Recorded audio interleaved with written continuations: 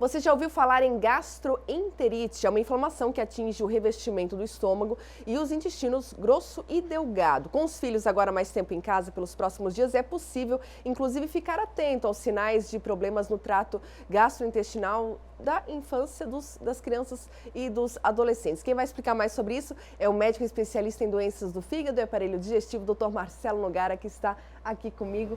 Uma ótima tarde, doutor Marcelo. Muito obrigada. Boa tarde, muito obrigado pelo convite. Então, doutor, é possível realmente perceber, aproveitar esse tempo com as crianças em casa, com os adolescentes em casa, perceber também alguma mudança, às vezes algum sinal que pode indicar que ele tem algum tipo de inflamação? Ah, sim. Agora que a gente está comendo aquela comidinha de casa e você começa a ficar convivendo com a criança, então você começa a perceber alguns hábitos alimentares que às vezes não são adequados, né? Ou você percebe ali que ela está com baixo peso, né? Não está ganhando peso. Então você começa a desconfiar de algumas doenças, como doença celíaca, que é a intolerância ao glúten, né? Uma alergia ao glúten, ou uma intolerância à lactose, né? Ou então aquela criança que tem muita restrição alimentar e logo tem muito refluxo também, que é muito comum na infância, né? E uma entidade que está sendo cada vez mais frequente, que a gente não via muito tempo atrás, que é a esofagite eosinofílica, né? Que tem uma característica endoscópica diferente, que a mãe começa a desconfiar que a criança está meio difícil de comer. O que é esse esofagite? Essa esofagite é uma inflamação no esôfago, causada por um excesso de eosinófilos, né, que é uma célula que a gente tem no sangue. E isso é como se fosse uma alergia, mas é suscitada por alguns tipos de alimentos, né, principalmente ovo, leite e alguns tipos de peixes e crustáceos, por exemplo, né. Isso a gente percebe em algumas crianças que têm esses refluxos aí, essas dores epigástricas, assim que a gente chama, né? O principal sintoma vai ser uma dificuldade de deglutição, uma facilidade de vomitar, uma dificuldade de deglutir os alimentos. E aí tem tratamento? Tem tratamento. Tem tratamento. A gente pode tratar só restringindo alguns alimentos, mas você tem que descobrir. Você vai mais ou menos por assertiva e restrição, né? Você tira alguns e observa. E tem alguns tratamentos com cortisona, corticoides, que daí você pode amenizar a situação também. Agora, na época de férias, a criançada quer chutar o balde, né? Comer besteira. Sim. Também é importante os pais prestarem atenção nesse momento, assim, da alimentação. Isso. A gente estava conversando no intervalo, né? O pessoal sai de férias, acaba mudando a alimentação, isso pode influenciar também. Isso, também influencia, né? Por exemplo, aqui em Blumenau, né? Você mora aqui em Blumenau, você está acostumado com as bactérias da nossa região já, né? No restaurante, na tua casa, tudo mais. Saiu daqui da região, você vai lá, vai para o Nordeste ou para outros lugares, outros países e tudo mais. Lá é uma flora diferente. Então, por mais que você coma a mesma coisa, você tem que cuidar muito, porque as bactérias são diferentes. Essa você não tem a imunidade que você já tem aqui. E a gente chama, às vezes, da diarreia do viajante, né? Que é uma Escherichia coli, uma bactéria diferente, que lá a gente não tem imunidade. E aqui a gente já tem. E aí vai causar um transtorno, né, numa viagem. Imagina você começar com diarreia, vômito, criança perder peso, perder líquidos, aí você tem que fazer uma reposição, né, hidroeletrolítica, que é eletrólitos e água, né, ou às vezes tomar algum antibiótico, né, ou pegar uma salmonelose. Então, uma dica que a gente dá é evitar alimentos crus quando você for viajar. Ingira só alimentos ou industrializados ou cozidos para não ter esse problema, né? Então, infelizmente, nessa parte não é bom comer saladas cruas, peixe cru, sabe? Em outros ambientes que não seja aqui na tua cidade. Frutas, né? Também que não sejam bem lavadas, ou então frutas diferentes, não experimentar. E nesse caso, doutor, se tem um alimento que não está adequado, todos que comeram vão passar mal? É muito provavelmente, mas principalmente a criança que tem menos imunidade, né? E as crianças pequenininhas, então, vão comer às vezes de tudo, né? Vão para uma praia, come areia, come... Então aí você tem que saber. E aí também, isso é pela ingestão. Mas você também pode ter aquelas diarreias que são transmitidas por vírus, né? Então você pega um avião, né? Tem alguma pessoa contaminada, ela está emitindo esses vírus via gotículas às vezes, né? Que é o rotavírus e o vírus Norwalk, né? Que são vírus que muito frequentemente contaminam o aparelho digestivo e daí dão uma diarreia, dão um vômito, dão um mal-estar. Isso aí, pela respiração, às vezes pode contrair isso aí. Precisa procurar um médico realmente. Se houver um agravamento, com certeza procurar um médico para poder orientar melhor o tratamento.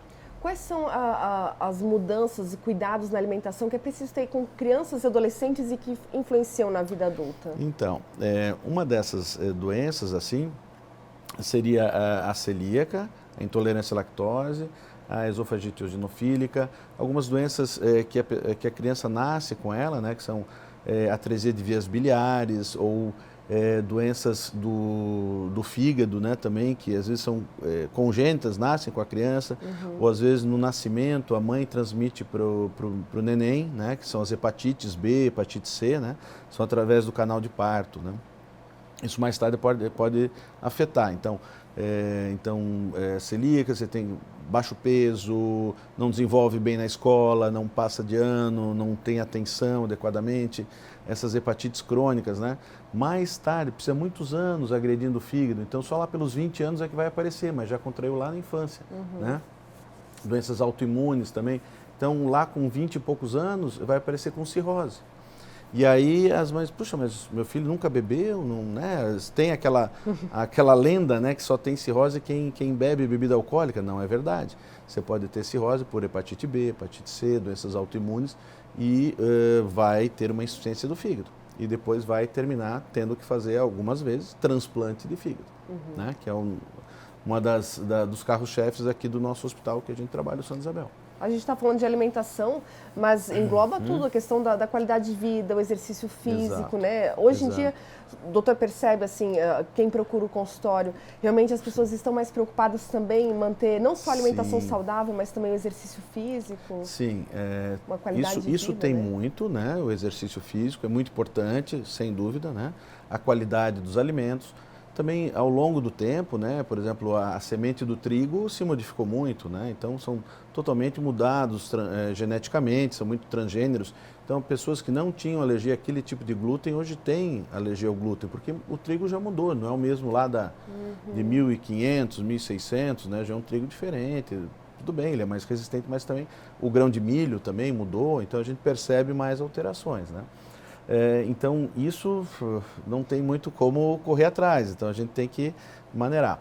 E tem uma outra entidade que a gente ouve falar pouco, que o nome é meio estranho, mas chama-se FODMAPs, né, que são Fermentable Oligosaccarides e polióis, que são algumas cascas de alimentos e alguns alimentos como verduras e frutas que dão uma intolerância alimentar também, faz a pessoa se sentir muito estufada, muito cheia de gases e tudo, então isso também tem que ser estudado e aí evitado para não ter esses sintomas.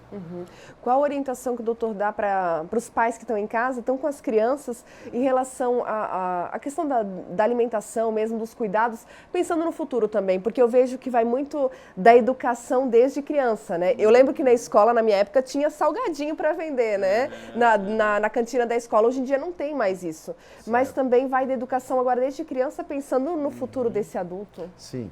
Mas aí eu acho que uma coisa interessante também falar é o seguinte, você falou de academia, de exercícios, e hoje na procura de você ter um corpo perfeito, um corpo totalmente saudável, as pessoas têm usado muitos suplementos alimentares, principalmente adolescentes. Seus 16, 15, 17 anos, têm usado suplementos, às vezes comercializados, né, por pessoas que não são médicas. E aí acabam afetando o fígado, né?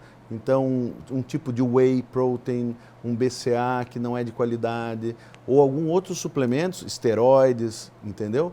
Isso tudo vai afetar o fígado e pode levar a um dano tremendo no fígado.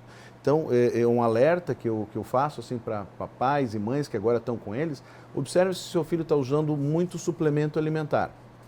Isso não é legal. Então, quer uma coisa saudável? Então coma fruta, verdura, mas não use suplementos, que muitas vezes não são vendidos em farmácias. Quem indica, às vezes, é um instrutor, alguma coisa. Então, cuidado muito com isso, porque a gente tem pego muito no consultório casos de danos hepáticos por excesso de suplementos ou suplementos que não são de qualidade adequada.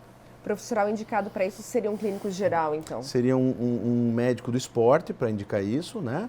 Ou um médico ebeatra, que é um médico especialista em adolescentes. né? Para você orientar isso aí. Nunca com orientador, com preparador físico, nada disso.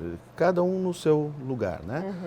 Você orienta o exercício, mas orientar suplementos deixa com a parte médica.